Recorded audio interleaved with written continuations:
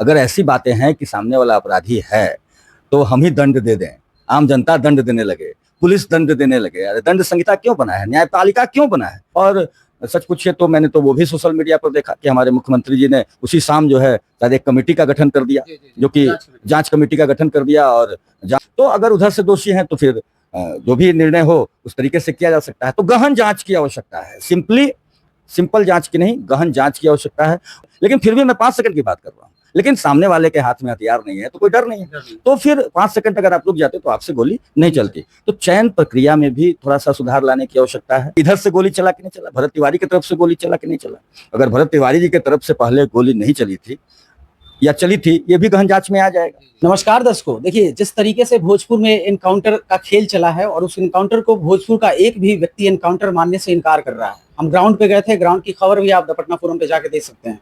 सारे लोग एक मुंह से कर रहे हैं कि पत्रकार महोदय इसको एनकाउंटर नहीं कहिए, इसको हत्या कहिए, क्योंकि आप जब सारे वीडियोस देख रहे होंगे सोशल मीडिया पे तो आपके दिल में भी कहीं चल रहा होगा कि पुलिस का ये कौन सा नया चेहरा है। दहशत का माहौल है भोजपुर में, पुलिस पे भरोसा उठ रहा है, जुडिशियरी पे सवाल उठ रहा है, लेकिन इन सवालों के जवाब कोई नहीं दे रहा है। हम हर उन लोगों से बात कर रहे हैं जो समाज में एक प्रतिष्ठित व्यक्ति हैं, उनसे हम मिलकर बात कर रहे हैं और उनके राय जान रहे हैं कि आप क्या सोचते हैं इस पूरी घटनाक्रम को। हमारे साथ जुड़ रहे हैं डॉक्टर अजय प्रकाश, जो पिछली बार मेयर की चुनाव भी लड़े थे और काफी प्रतिष्ठित व्यक्ति हैं। इनका कॉलेज भी चलता है एक्यूप्रेशर का कुम्हरार में, तो मैं इनसे बात करूंगा। सर बहुत स्वागत है। जी धन्यवाद, आपका भी स्वागत है।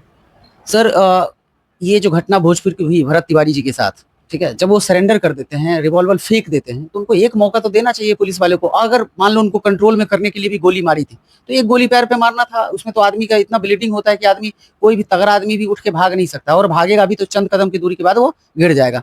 फिर 5-5 गोलियां मारने की जरूरत क्या पड़ रही पुलिस को, क्योंकि मौत ही हो जाती। नहीं, निश्चित रूप से पुलिस के विवेक पर यहाँ प्रश्न अवश्य उठता है, क्या मानसिकता से मारा गया है गोली और उनका विवेक क्या कहता है। जहाँ तक सारी बातें मैं सोशल मीडिया के माध्यम से जाना हूँ, मैं वहाँ कहीं गया नहीं था और वहाँ के लोकल लोगों से भी मेरी बातचीत नहीं है, लेकिन सोशल मीडिया पर कितनी वीडियोस दिखाई गई हैं, जितनी भी दिखाई गई हैं उसमें कुछ कमी हो सकती है, अधिकता हो सकती है, लेकिन जो भी वीडियोस दिखाए गए हैं उसके अनुसार पुलिस के विवेक पर तो बहुत बड़ा, छोटा मोटा नहीं, बहुत बड़ा प्रश्न उठता है। ये इनकाउंटर है या आत्मरक्षा है, दो ही बात से इसको आप विवेचना कर सकते हैं। या तो आप उसे इनकाउंटर कह सकते हैं या आप उसे आत्मरक्षा कर सकते हैं। तो आत्मरक्षा की अगर हम बात करते हैं कि पुलिस ने आत्मरक्षा में अगर गोली चलाई है, तो आत्मरक्षा में गोली तो एक ही विषय पर चलता है, जब सामने से भी गोली चल रहा हो और हमको अपने आप को बचाना है। पुलिस भाई प्रशासन है, सरकारी चीज है, सरकारी तंत्र है, उसको बहुत तरह के निर्देश का पालन करना पड़ता है, तो फिर भी उसको भी बचने का अधिकार है, उसे भी अपनी प्राण की रक्षा करने का अधिकार है।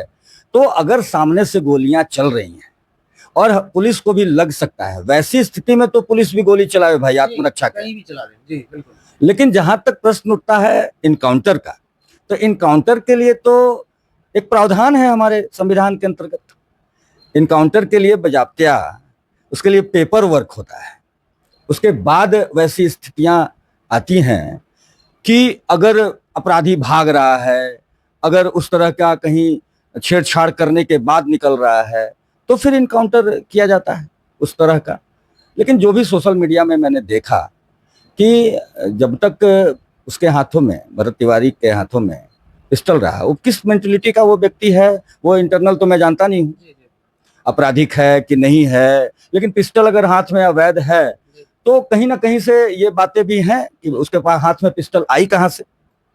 लेकिन यहाँ प्रश्न चिन्ह वो नहीं है, आप किसी सम्मानित पद पर हैं, किसी सम्मानित और संवैधानिक पद पर हैं, वैसी स्थिति में पिस्टल कहीं से भी आया हो उसके हाथ में, बावजूद उसके, जब तक उसके हाथ में पिस्टल रहा है, वीडियो में यही देखने को मिला है, तब तक उस पर किसी ने प्रहार नहीं किया है, किसी तरह का गोली वगैरह चलाया नहीं है, चाहे वो जिस मेंटलिटी के साथ हो। क्योंकि वास्तविकता तो यही होती कि उस समय गोली चलाया जाता तो सामने भरत तिवारी भी गोली चला देता, तब नुकसान हो जाता, किसी पुलिसकर्मी का भी नुकसान हो जाता। लेकिन अगर किसी ने अपना पिस्टल अलग हटा दिया, एक तरह से उसको आत्मसमर्पण कह सकते हैं। निश्चित रूप से अगर आत्मसमर्पण भरत तिवारी ने कर दिया, उसके बाद अगर गोली चलाई जा रही है, तो निश्चित रूप से विवेक तो यहाँ कहीं से नजर नहीं आता है। ये छोटा वाला नहीं, बहुत बड़ा प्रश्न चिन्ह के साथ साथ मानसिकता पर भी नजर आ रहा है कि आपकी मानसिक स्थिति भी गड़बड़ है। जी, आपकी मानसिक स्थिति अगर गड़बड़ नहीं रहे तो सामने वाला जब सरेंडर कर दिया तब आपका गुस्सा वो परम चरम पर कहां से पहुंच गया कि उस व्यक्ति को आपने गोली मार दिया सामने। क्या आपके पास किसी का डर नहीं है? क्या यहाँ पर जो भी सरकारें हैं उसका डर नहीं है आपके पास? निश्चित रूप से मैं यह जानता हूं कि इस समय की सरकार जो है या फिर जो भी सरकारें हैं वो संवैधानिक ढंग से हर तरह की कार्रवाई करने में सक्षम है और आने वाले समय में कार्रवाई होगा, मेरा अपना मानना है। अगर डर समाप्त हो गया है तो डर लाइए, संविधान का डर लाइए। मैं तो पुलिसकर्मियों से ये भी, गुस्सा आपका बहुत चरम पर जा सकता है, ये कहीं से भी उचित नहीं है। जितने बड़े पद पर आप बैठे हैं उतने ही आपको नम्र होना चाहिए। हमारी कहावत है कि जिस पेड़ पर फल लग जाता है वो पेड़ झुक जाता है। तो आप जितने बड़े पदाधिकारी हैं या जितने बड़े पद पर बैठे हुए हैं उतना ही नम्र होने की आवश्यकता है। जब किसी भी तरह का अग्नि अस्त्र, जिसको कि आर्म्स कह सकते हैं, जिसको कि आप पिस्टल कह सकते हैं, राइफल कह सकते हैं, इस तरह के अस्त्र उन्हीं लोगों को देने की आवश्यकता है जिनका मानसिक स्तर बहुत उच्चतम स्तर का हो। गुस्सा का भी एक टेस्ट कराने की आवश्यकता है कि इस व्यक्ति में किस लेवल का गुस्सा है। ऐसे लोगों को तो पिस्टल देने की आवश्यकता ही नहीं है सरकारी स्तर पर, चाहे वो प्राइवेट लोगों को आर्म्स देने की बात हो। मैं तो इन्हीं पर प्रश्न उठाने की, क्योंकि वो अग्नियास्त्र है। अगर उसका दुरुपयोग करने वाले लोगों के पास यह अस्त्र चला जाए तो निश्चित रूप से इसी तरह की घटनाएं घटेगी। बिल्कुल। 7 दिन के बाद दर्शकों जो पुलिस वाले हैं उन पे एफआईआर होती है। अब ये मामला निलंबन तक ही सीमित रह जाएगा या कानूनी प्रावधान के अंतर्गत उन पुलिस वालों पे कार्रवाई होगी, हत्या का मुकदमा चलेगा, या और कौन से चार्जेस फ्रेम होते हैं, ये देखने वाली बात होगी। लेकिन सर, आप सरकार या पुलिस वाले से क्या मांग करते हैं इस पूरे घटनाक्रम के लिए? निश्चित रूप से मैंने बताया ना एक बड़ी जांच कि एक अग्नेयास्त्र, सबसे पहला बात मैं बता रहा हूँ, मैं तो शरीर को समझता हूँ और शरीर में एड्रिनल ग्लैंड भी होता है, स्प्लीन भी होता है, पिट्यूटरी ग्लैंड होता है और पिनियल ग्लैंड होता है। इन सबों का गुस्सा से अद्भुत संबंध है। इस तरह का जांच करके ही अग्नेयास्त्र किसी को देने का बात रखा जाए। चयन प्रक्रिया में भी, पुलिस की चयन प्रक्रिया में भी इस चीज को अवश्य रखने की आवश्यकता है कि सामने वाला व्यक्ति जो है कहीं ऐसा तो नहीं कि किसी पर्सनल दुश्मनी के चलते अपने पद का दुरुपयोग करने में वो व्यक्ति हो, या फिर पर्सनल दुश्मनी नहीं भी मानिए, गुस्सा भी एक बहुत बड़ी चीज है। अचानक से गुस्सा आ जाता है तो उस समय जो पिनियल ग्लैंड है और पिट्यूटरी ग्लैंड है उसका असर खत्म, मतलब अजीब ढंग से उसका रिएक्ट करने लगता है यह शरीर, और उस समय भी गोलियां चल जाती हैं और कई कई गलत घटनाएं घट जाती है। बाद में पुलिस वाले को भी अफसोस हो रहा होगा।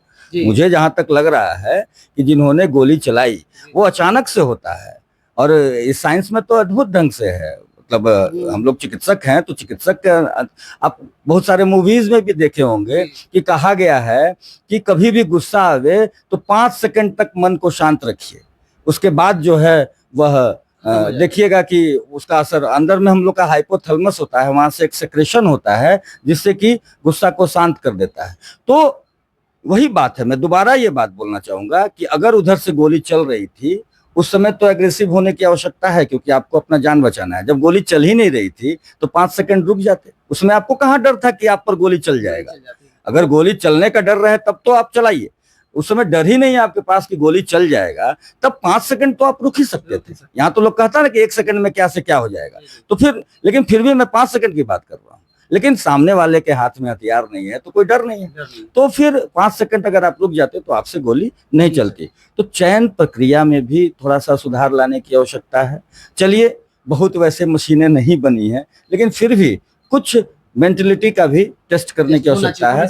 और बिल्कुल, और ये जो एफआईआर हुआ है या फिर जो भी कार्रवाई हो रही है उसको सही ढंग से किया जाए। देखिए, हम भी सोशल मीडिया के माध्यम से ही देख रहे हैं, लेकिन उसके अगर गहन कार्रवाई की जा रही है, मतलब कार्रवाई इन द सेंस की जांच की प्रक्रिया की कार्रवाई अगर गहन की जा रही है तो पूरी तरह से सच्चाई निकल करके सामने आएगी, और सच्चाई निकल करके सामने आती है, जो भी दोषी होते हैं उनको कड़ी से कड़ी सजा दी जाए। सिर्फ अगर पुलिस की गड़बड़ी नजर आती है तो सिर्फ निलंबित तक उसको नहीं रखा जाए, उसको उससे आगे की भी प्रक्रिया दी जाए, क्योंकि इससे सामने वाले, क्योंकि पुलिस हमारी रक्षा के लिए है, नागरिक के रक्षा करने के लिए है। पुलिस विभाग किसी को डराने के लिए थोड़े ही है, किसी को मारने के लिए थोड़े ही है।